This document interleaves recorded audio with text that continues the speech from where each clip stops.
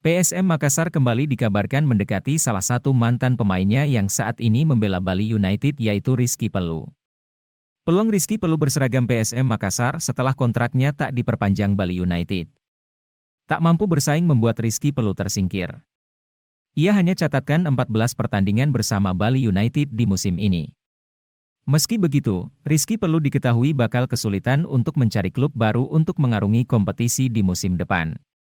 Menjawab rumor tersebut, Rizky Pellu kepada Fajar.co.id, Kamis, 27 April 2023, mengaku belum mau sama sekali membahas terkait di mana dirinya akan bermain di musim depan. Untuk kemungkinan ia kembali ke PSM Makassar sendiri, pemain berusia 30 tahun mengatakan itu semua tergantung kebutuhan tim. Jika pelatih dan manajemen PSM membutuhkan jasanya, kemungkinan Rizky akan kembali membela mantan timnya itu.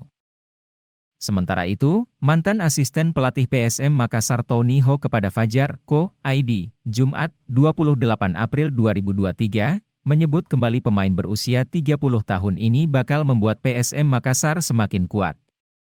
Terkhusus untuk lini tengah sendiri yang akan menjadi pusat permainan tim di setiap pertandingannya.